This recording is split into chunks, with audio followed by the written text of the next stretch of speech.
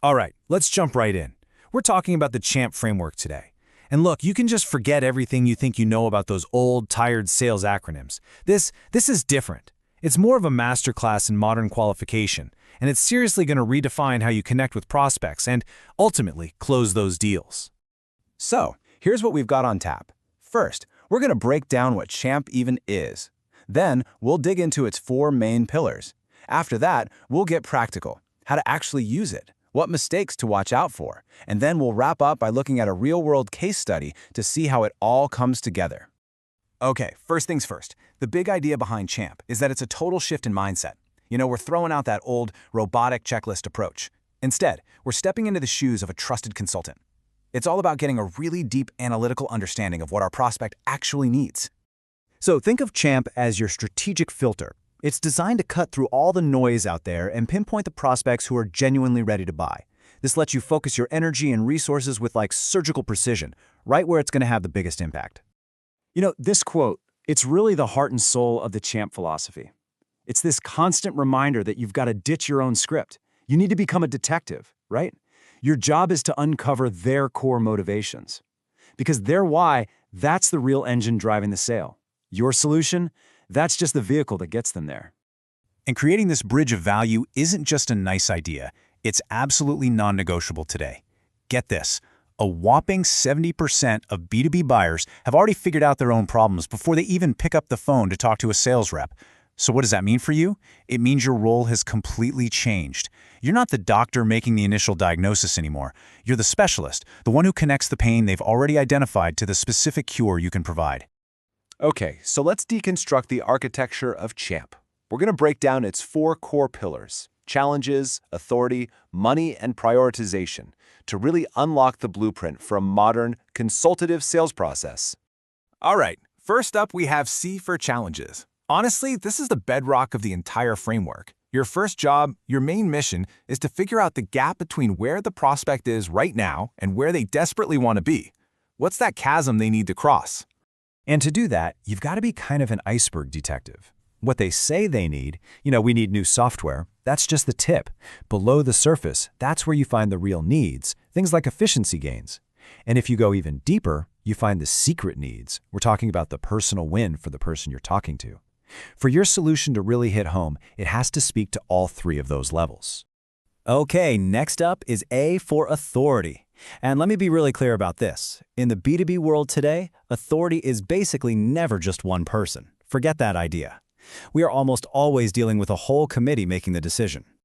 Yeah, look at that number, 6 to 10. That's how many stakeholders are typically involved. It really quantifies this huge shift in B2B sales. On average, you're trying to navigate this complex web of people, so you're not selling to one person. You're selling to a committee, like a mini company inside the real company. And your strategy absolutely has to reflect that complexity. So your mission here is really twofold.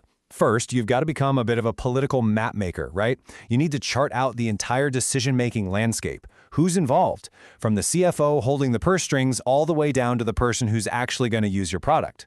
Then, and this part is a total game changer, you have to find and empower a champion. That's your internal ally, the person who's going to go to bat for your solution because your success is their success. All right, pillar number 3 is M for money. But hold on, this is way more sophisticated than just asking, so what's your budget? This is about getting to the heart of the total economic impact your solution will have. And here's the key thing to get. Professional buyers are investors. They're not really thinking about price. They're thinking about ROI, about the payback period, and about the certainty that they'll get the results you're promising.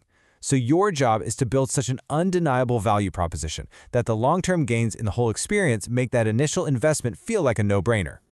And that brings us to our final pillar, P for prioritization.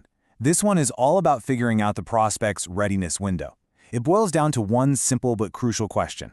Out of all the problems they're facing, why does this one need to be solved right now? Urgency is really made of 2 things. First, you have to find those external pressures. Maybe a competitor is making a move, or there's a shift in the market, and you have to amplify them. That creates the why now. But then, you also have to build their confidence to actually do something. And you do that by giving them a clear, low-risk plan for success. You're basically turning their anxiety about the problem into decisive action. Okay, so we've covered the what. Now let's get into the how. This is where the rubber meets the road. We're talking about taking all these big ideas and turning them into real, actionable, human-to-human sales conversations. So the whole process really starts with mastering the art of the question.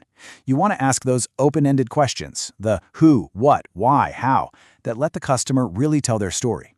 Next, you have to shift your language. Stop talking about features and start talking about outcomes. It's not about what your product is, it's about what it does for them. And make sure to give them decision content, things like case studies, to make them feel confident.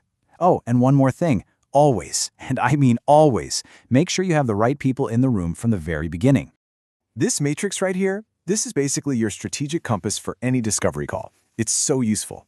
For each pillar of Champ, it lays out a clear objective and a fantastic opening question to get you started. Seriously, think of this as your playbook. It's how you uncover all that critical information you need to qualify the lead and ultimately win the deal. Okay, but knowing how to use Champ is really only half the battle. You also have to know what not to do, and that can be just as important, if not more so. This right here is the #1 mistake, the cardinal sin of using Champ. The second it starts to feel like an interrogation, you've lost.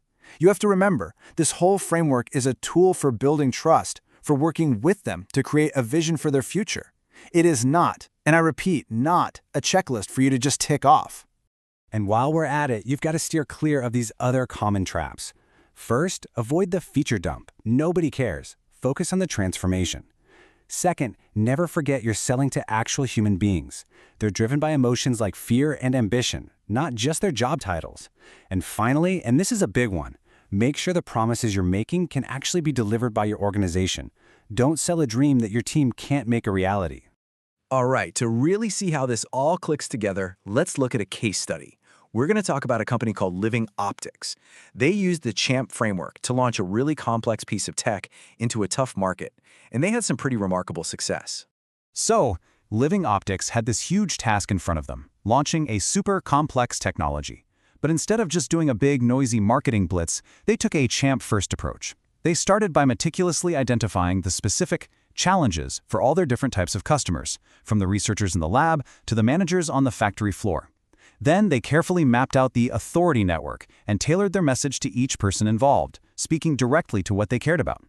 And because of this super strategic targeted approach, they were able to cut through all the market noise and have a really powerful and successful launch. And really, this brings us to the biggest takeaway of all. The story of Living Optics just proves a timeless business rule. Strategy has to come before tactics, always. At the end of the day, success in modern sales isn't about having the slickest script. It's about having the deepest understanding of your customer. And a framework like Champ, that's what gives you the structure to build that understanding, which is the only way to create a real, sustainable foundation for success.